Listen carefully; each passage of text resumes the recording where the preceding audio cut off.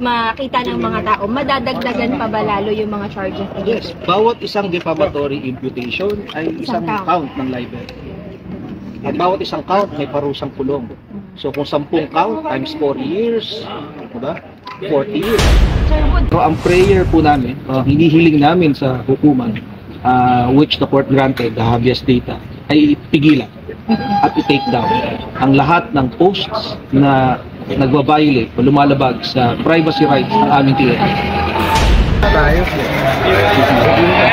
Boss, wala mo na boss. Wala pa rin. Marami pong nagtatanong kung ano po reaction ko. Nung bumalik itong issue ito. Mali ko kasi, dapat malaki. Ano man akong mga sinasagot.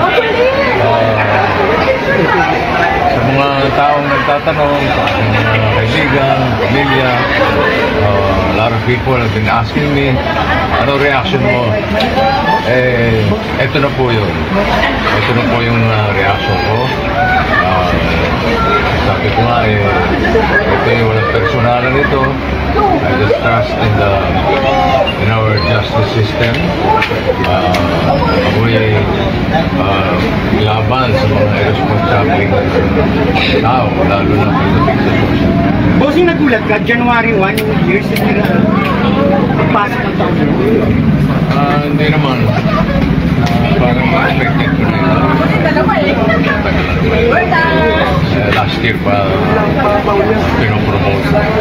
May narinig ka ng ano, bossing, na parang gagawa ng ganong klaseng pelikula. Ko, nabalik na. Bossing, just to clarify, this is about the teaser na nabanggit na yung pangalan. Alam mo, lahat ng tanong ninyo, masasagot na ng aking lawyer, si Atty. Tiraco. Ano, forward na po? Sakit na tayo. Sakit na tayo. Mamayos! Laro po tayo sa mas manuman. Tara. Bossing, ano sabi ng asawa? Ano sabi ni Miss Pauline po? Siyempre, for support not only my wife, but my children, my friends, and I think karamihan ng mga kababayan natin kasama ko sa laban natin. Bossing, tingin niyo po ba so mababasa to hanggang eternity? Si Atty. bahala. Bossing, tingin niyo po politically motivated ito? Si Atty. din ang sasagot. Bossing, personally, kumusta na po kayo? I'm okay. Tingin mo, bossing, kilala mo kung sino gumawa nito? Hindi natin napasok na kaya. Paninirang puri po ito. Si Atty. sasagot. Sa tingin ninyo, may politics involved, politically driven, may grudges, ano po? I don't want to comment on that. This is non-political issue. For me, ewan ko para sa ibang tao. Pero has it been affecting your family na po, yung ganito? Because of social media? May cellphone mo, may buboy. Baby. Siyempre, lahat ng pamilya ko, lahat ng kaibigan ko is full support sa akin.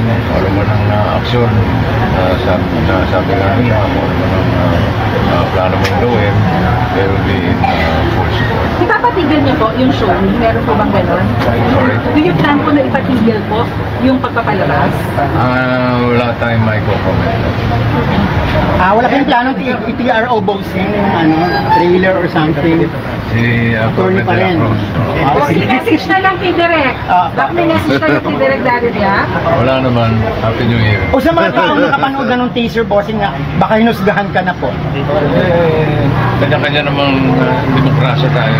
Kanya-kanya paniwala yan. Basta ako naniniwala sa sistema ng ating justice. Kasi for purposes of balance po, has anybody from the production na ginagawa yung movie ever sought for your side? Wala. So walang kumonsulta, walang nagpaalam. So walang consent. So out of the blue, mayroong ganito bossing na parang, sinisira, parang, sinasakyan ba yung, kasi kilala ka pa rin bossing ganun talaga ang buhay. Sir, sa mga artista na gumanap, meron po ba kayong sa sama ng loob? Trabaho lang yun. No problem. Pero bossing, gaano kasakit yung sinabing wala ba ibang magtatanong eh? Nirape ka ba ni Vic Soto? Gaano kasakit yung bossing? Ah. Hinighlight kasi. No comment ako dyan. Sa akin na yan. You know naman, I'm a very private person. Sir, could you take us Hindi back? ako yung punaan. Bossing sila na magtatanong.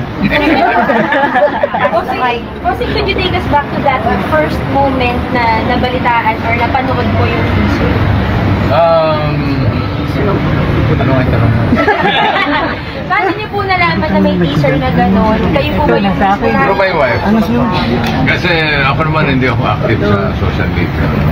So, mga kaibigan lang. And principally, my wife. So ano po reaction niyo po nung napanood? Na-feel niyo?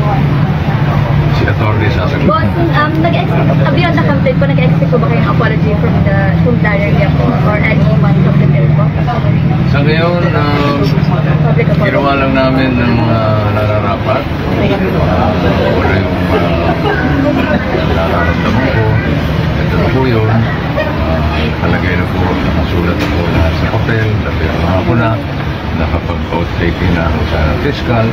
O naman ang mangyayari susunod, yun po ang aapangan namin. Bossing, may damages na pera. O, ikaw na naman. Si Atty. de la Cruz ang... Bossing, message na lang sa family. Apa. Family niyo. FC Paloma. Meron po ba? Wala muna. No comment na. Sa family niya po. Family ko, salamat. Araw-araw ko naman sila nakakausap. Thank you sa support at huwag silang maglala. Kaya-kaya ko ito laban. Sir, panawagan niyo na lang for justice. Ano kung gusto niyo maging outcome? Kahinat na nito. Atty. de la Cruz, sabi, say that. Thank you po. Thank you, boss. Salamat Ibang picture ako. Okay. USB.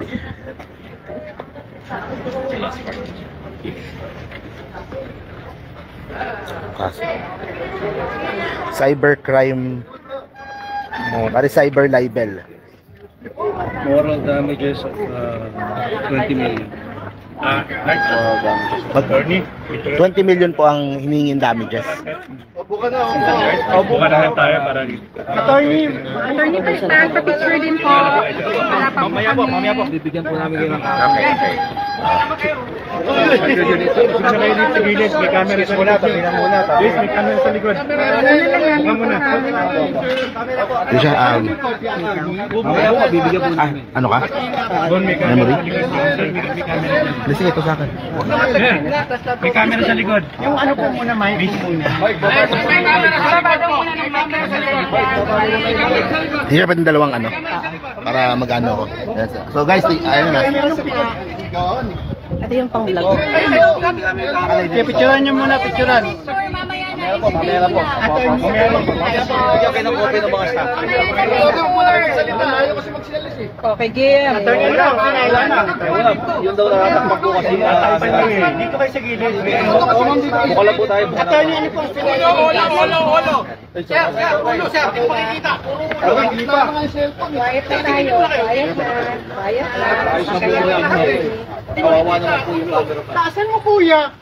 Problema mo.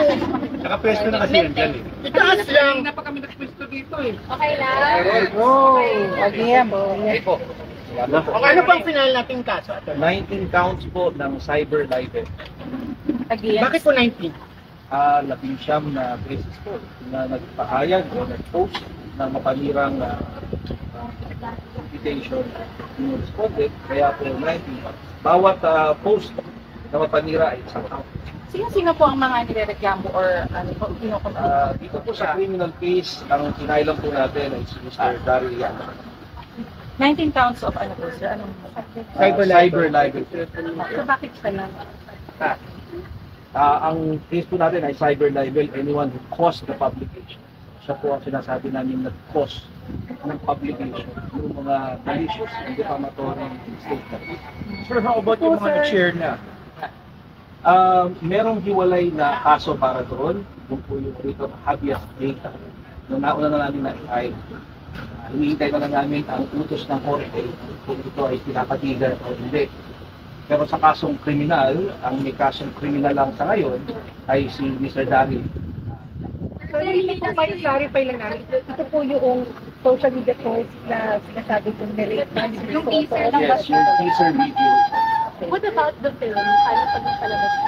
Pag pinalabas, saka natin siguro i-evaluate kung may probable cause, kung mayroong basihan para sa ngayon, ang basihan ng kaso ay yung teaser video.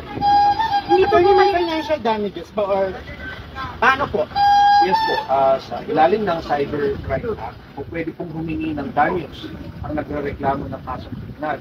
Kaya po kasama sa hihingi ay ang moral damages. Magkano po? 20 million. Attorney, kung halimbawa kung patunayang mali sila, ilang taon? Magkulong ba ito? Hintay natin siguro sa korte, no, na umabot ito at ang korte ang maghahatol ng pagkakulong. Meron po siguro. At ano yung prayer po ninyo? Ang prayer po sa criminal case ay mapay po ito sa korte at makulong ang respondent sa criminal case. Ako may PRO po ba sa showing or anong hinihili? Hindi po dito sa criminal case. Hiwalay pong kaso yung writ of habeas data. And we will comment on that pag po lumabas na yung order na po. Pero hiniling nyo na po ng inyong kampo na Meron po hiwalay na kaso. Okay, ipatigil the trailer, the Lahat showing. po ng paglabag sa privacy ng aming kliyente ay nais namin ipatigil. Kaya po sako po doon pagpapalabas ng anumang teaser video na sumasaklaw sa kanyang privacy na walang consent ng aming kliyente. Attorney, sinabi ni Bossing wala daw nag-consult sa kanila, nagtanong man lang. Ano Yung po ang basihan kung bakit nag-file kami ng writ of habeas data dahil walang consent. At sa ilalim ng ating Data Privacy Act, ang mga sensitive personal information pwedeng i-collect, i-process, i-share, i-disclose nang walang pahintulot ng data subject. Kaya yun po ang basihan. Attorney, nangyayari po ba kayo ng advance copy ng movie? Or Hindi, yung hindi teaser pa? video lang Teaser mismo video ang lang. aming basihan kung demanda. Attorney, ba niyo? We don't know yet kung kailan lalabas yung order ng korte. Sa ilalim ng rules, within 48 hours from the filing, maaari ng aksyonan ng korte ito. So ito ay na-file 2 days ago. dito na ba? Dito rin po sa RTC. So hinihintay po namin anytime today or tomorrow, probably, or Monday. Attorney, nalaman niyo ba kung anong production outfit yun? Bin sentiments po ang kasama sa pinasihan natin dun sa Rate of Habeas. Sino po may Si Darren. Attorney, anong sinasabi nito no? Tungkol sa mga nag-share, ng mga teaser, nagpo-promote ng pelikula, damay sila sa rin ng Nagkukomento. Yes po, kasama po kasi ang paglabag sa karapatang pantao, hindi po pwedeng sabihin good faith. Kung alam mo mapanira ito, huwag mo nang i-share o i-repost. Dahil kasama ka sa nag-cause ng publication. Kasama ka sa naninira sa isang taong pwede. Sir, paano yung freedom of expression sinasabi sa paggawa po ng pelikula? Tama po, pero may limitasyon. At ang libel ay hindi kasama sa pinoproteksyonan. Malaya kang magbigay ng sarili mong katotohanan, pero hindi mo pwedeng ibenta at mamanira ng iba. Kaya maraming pelikula na gumagamit ng ibang mga alias, gumagamit ng ibang pamamaraan para hindi makasakit o makapanira ng iba. Pero ito, diretsahang tinawag na rapist yung aming kliyente. Attorney, marami po kasi nagsasabi ng mga netizens na mahilig sa twist si Daryl Yap. So po pwedeng sa end, kapag daw, sinasabi niya kasi na wag muna husgahan yung movie. So pwedeng at the end of the film, baka daw may twist na may bawi. Pero ganun yung sinabi ng teaser. Po pwede po bang may maiba kung sakaling iba pala yung direction ng movie in the end? Sa libel kasi, hindi yung intensyon ng writer o ng author ang mahalaga. Kung hindi ang epekto niya sa iyong biktima. So it's not your good intentions that will matter. Ang magiging epekto ito sa iyong biktima. Sa ngayon, nakakatanggap ng mga rape threats yung asawa niya. Pinupuli yung kanyang anak sa eskwela. So, kailangan umaksyon talaga. Si Miss Pauline po nakakatanggap ng rape threats? Pati mga comments, kung babasahin niyo yung mga comment doon sa mga post, mati-trigger ito dahil sa teaser video na inilabas. Whatever good intentions he might have, the effect is already there. So, attorney, Attorney. ating pamilya. Apektado. Sir, politically motivated ba po? Hindi namin masasabing politically motivated. We're only looking at the facts that we see them now. At ang nakita lang namin na facts, mayroong i-pinost na defamatory sa aming kliyente. At yun ang aming inaction. Attorney, paano yung istorya kung galing mismo sa pamilya? Kung wala namang problema sa istorya, ang pinoproteksyonan ng batas ay ang reputasyon ng tao na sisirain mo. So kung may istorya ka, may tamang pamamaraan ng paghahayag ng istorya na hindi ka makakasira sa iba. Hindi naman ito ang unang beses na may gumawa ng pelikula tungkol sa ibang tao. So kung hindi minention si Vic Soto, okay? Well, maraming paraan. We wouldn't want to teach them on how to do a proper movie. Siguro, specialty nila yon. Pero siguro naman kami ay may kaalaman naman ng konti sa batas. At nakikita namin na may paglabag na nangyari. Sir, paano yung proseso ngayon from here? After you filed, what will happen in the coming days? Bibigyan ng kopya ang respondent at hihingi siya ng kanyang sagot. Pagkatapos niyang maghain ng sagot, ay mag-i-evaluate ang piskal kung may basihan o probable cause. At kung may probable cause, dadalhin sa korte at ang korte ang mag-i-issue ng warrant of arrest. Sir, ang showing is supposedly yata February, if I'm not mistaken. Given the timeline, aabot po ba yun na may makuhang resolution? Yung criminal case ay hindi para pigilan ang pelikula, o hindi para papanagutin ang naglabas ng teaser video. Yung habeas data, ang aming layunin sana ay mapigilan. So kaya hinihintay namin na lumabas yung order ng Attorney, yung parusa dun sa mga nag-share, ano bang prayer natin sa kanila? Hindi namin sila kinasuhan dito no, sa criminal case. Dun sa isa, habeas data, ang layunin lang ay pigilan. Yun lang. Hindi lang namin sa korte na sila ipigilan at kung hindi sila susunod, korte na ang magpaparusa sa kanila. Walang pananagutan yung mga nag-share as of that? Sa ngayon po, wala. So sir, dito sa RIT, kasama din yung dapat i-take down na yung mga posts. Yes. Sir, may idea kayo kung may discussion na kung mababanggit din sa pelikula sila SP Soto and Joey Calero? Wala Anong legal moves sila? Wala pa ho kaming idea dun sa movie. Yung teaser video lang po ang kasi. So, attorney, any effect? Yung attorney, ganun ka-distractive yan? Well, sa salita ng aming kliyente, ngayon lang niya naramdaman ganito na threaten ang kanyang pamilya sa issue 42 years ago pa natapos. Lilinawin ko lang po, wala akong rape. Hindi mo totoong rapist ang aming kliyente. Hindi mo totoo itong rape na ito. Gawa-gawa lang po itong kwento. Okay. Salamat po. Sir, kailan na-file yung sa RIT? 2 days. 2 days ago. Dito rin po. Ay, sir, yun pala, bakit po dito? Because sa sakop ng... Residence kasi ng plaintiff, yung nagrereklamo ay taga-Ayala. Okay. Within RTC Muntinlupa. Okay. Attorney kay Tali, any effect? Yun nga, binubuli na raw. Oh my Pati God. mga senior, higher students, hinahanap siya. Is she still attending school po? Yes. Harap lang ho dito. Dito para lahat sila meron video. Unahin muna natin itong picture tapos para agad na kuha. Kuha na kayo, sir, para madam. Kaya, Josie. Meron na. Parang rin ako. Dito, sir, isang picture lang. Picture po. May order na po ang korte dun sa habeas data. May order na. O, yan, ano natin yan? I-roll natin yan. Kung ano yung order. May order na pala. Mike. Balik po ang mic. Attorney, pwedeng Yan, balik natin ang mic. Ayan, eto na. Nandito na yung mga mic. Ay, harap na lang po dyan. Ay, attorney po, pwede po, no? Harap po. Camera po. Camera. Hindi nandito na. Camera. Positive. Anong yung result ng habeas data, attorney? Babasahin ko na lang po. No? Before this court is a verified petition for writ of habeas data filed by Petitioner Marvic Vic Soto, praying that this court issue a writ of habeas data. Finding the petition sufficient in form and substance, let a writ of habeas data issue. Directing respondent Daryl Yap to submit a verified return of the writ within 5 days from receipt thereof in accordance with the rules. Set the petition for summary hearing on January 15, 8:30 in the morning. Furnish the respondent a copy of this order signed by the presiding judge. So the writ was issued. Lipat ka kayo po. Ano pong mangyayari? Ano yung result? So in the meantime po, the writ was issued. So ibig sabihin po, yung hinihiling namin doon sa writ was granted. So, kailangan po i-take down? Ano pong kailangan gawin ni Daryl Yap? Titigil po muna lahat ng mga postings, etc. In the meantime, pinapasagot siya dun sa aming reklamo. Okay. Attorney, sinong... Take down po ba? Take down na Yes po, po. wala pa ho mismo yung kopya ng writ. Order pa lang po yung hawak namin. Doon po sa writ, naka-enumerate ko ano yung mga bawal. Okay.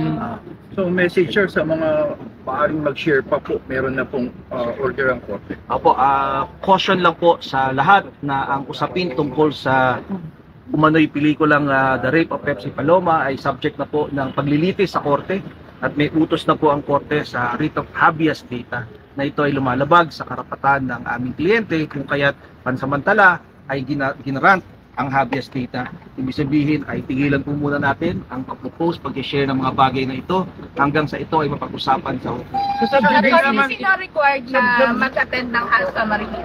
Daryl Yap and all other persons acting for and on his behalf. Okay. So, kailangan personal appearance siya, hindi pwedeng basta attorney lang padala. Nasa kanya na po Sir, yun. kailangan i-take down yung mga naunang post. Kasama po yun sa Kailangan i-take hinihintay namin sa writ, no? Kasama sa hinihingi namin yun.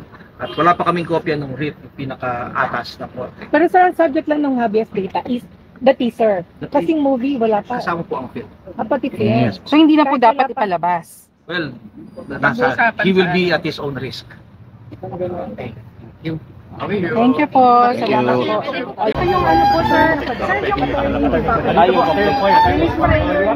Bibilin to Wala nang iba Ito yung mismo reklamo. Wala nang video dyan. Ay, simula. Ano? Kanina pa eh. Baka gusto nyo ulit magtanong. Ito yung reklamo. Ay. Meron na ibang kopya eh. Yan, sir. Pangarap, sir.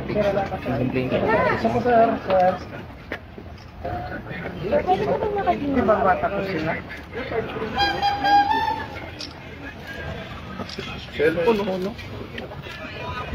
Cellphone na lang nakikuna natin. Cellphone! Yan. Sir, yan. Kami na lang. Tapos? Wala naman po na Kaya na lang ako. Attorney, ano RTC yung may hawak? Pero news po isa.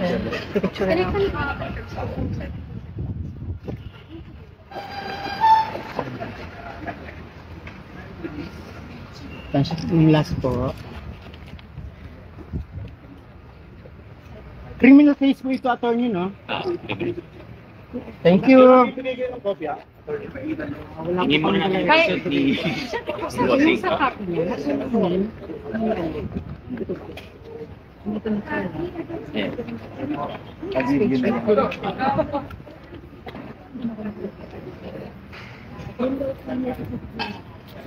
Lahat about dun sa kwento, paano ng drama, ano yung story ng family. Pwede po bang maka-update na lahat ng sasabihin niya? Wala. Sa press con? Hindi na siya relevant kasi yung teaser video na inilabas na niya ang nakapinsala sa aming kliyente. Kung ano man ang intention niya o curative measure na gagawin niyang cambio para baguhin ang nailabas na niya, hindi na ito mababago yung perwisyon na idulot ng kanyang teaser video. Nag-post din po kasi siya a few days ago and he even called Vic Soto Sir Vic. So kumbaga in a way may parang panggalang pa na hindi naman daw niya intensyon na sirain si Bossing. It's just that filmmaker lang siya na gusto niyang maglahad ng kwento. Dahil itong kwentong ito has been recurring on and on. So any filmmaker could have done it. So parang ano pong reaction nun? He's just telling a story. Malaya naman talaga tayong gumawa ng istorya pero may mga batas laban sa libel. So, ang daming filmmakers na gumagawa ng mga biography pero syempre iniiwasan nila ang libel, ang paninirang puri ng ibang tao. So, yun lang yung aming mensahe na parang hindi yata niya napag-isipan na mayroong batas laban sa libel. Opo. Sir, kung sakaling inibaba yung pangalan, say for example, Victor or kung nagamit ng alias, would the story have been different?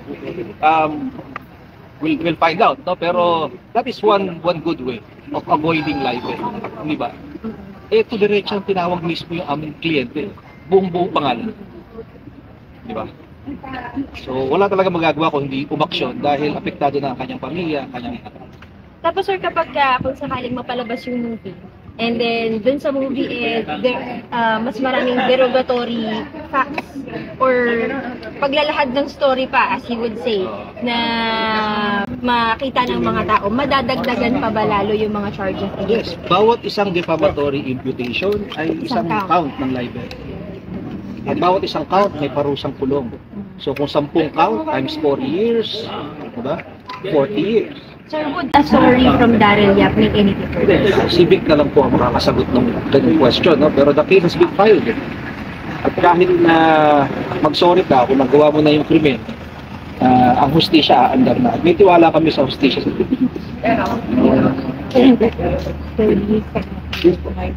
Pag-ulit ko lang, sir, yung nalabas ko ng court ngayon na granting your petition for Writ of habeas data. So, pa-expound lang, ano po yung epekto nito nilabas ng court na order na? Well, kasama sa hinihingi namin na pangalagaan, proteksyonan ng yung privacy ng aming kliyente dahil ito yung nakaka-apekto na sa kanyang life and security.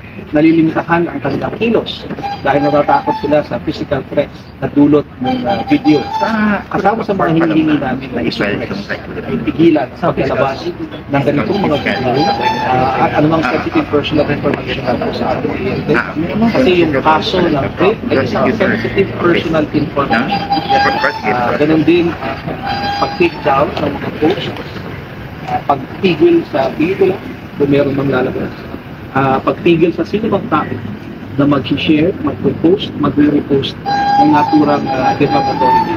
So, ito pong order ng court ay nag-uutos na itigil ang pagpapalabas nitong yung trailer. Yes po, lahat ng bagay na nakakasira sa o nagbabiolate ng privacy right and freedom.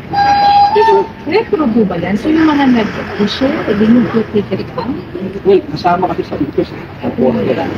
Hindi, except for that, hindi. Can you expound on those things? Or hindi naman lahat din aware na yung Tama, kaya nga ang hinihiling lang namin, malaman ng tao na may ganun utos. Dahil yung pagpaparusa naman, sa korte naman yan, pag hindi ka sumunod sa utos ng korte, pwede kang makasuhan ng contempt. So si Daryl, pag nag-ano siya, kunyari, naglabas uli ng bago, mako-contempt siya. Or, We don't want to preempt him, basta we just want him to receive the copy of the order and let's see if he will follow the order. Sir, pwede nyo bang threatening kay Mr. Soto personally? If you can read lang the comments, tinatawag siyang rapist. Maraming physical threats. So, nalilimitahan ngayon ang movement ng aming kliyente dahil natatakot sila ngayon pumunta sa mga public spaces nang walang guards, na dati hindi naman nila kailangan. Nakita niyo naman how well-loved he is. And mababago yung ganyan kilos niya at pakikitungo sa tao kapag nagpatuloy yung ganitong mga physical threats. Yes. Sir, sakop ba nung utos yung mga social media platforms? Kasama po ng lahat ng platforms kung saan ito lumalabas. Sir, could you expound more? Kasi yung trailer kasi, over 15 million views na the past days. So, literal, lahat ng nag-share nun pwedeng madamay. The millions who all shared.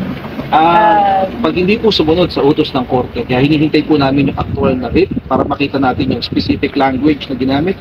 Pero ang prayer po namin, hinihiling namin sa hukuman, which the court granted, the habeas data, ay pigilan at i-take down ang lahat ng posts na nagbabiolate o lumalabag sa privacy rights ng aming kliyente.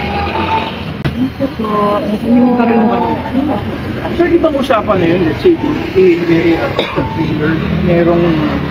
merong caption na sinasabi, parang ano, tanggalin lang nila yung pangalan ng kliyente, okay na eh. Diba? Kasi yun ang privacy, yun ang personal information, yun ang sensitive personal information. Pangalan ng kliyente, pangalan ng data subject at yung kaso ng rape. All the rest, pwede niya ilabas. Yun lang naman ang problema eh. Diba? So kaya nakikiusap kami na may mga batas tayo para proteksyonan ito eh. Sundin lang natin yung batas. Okay. Salamat po. Salamat.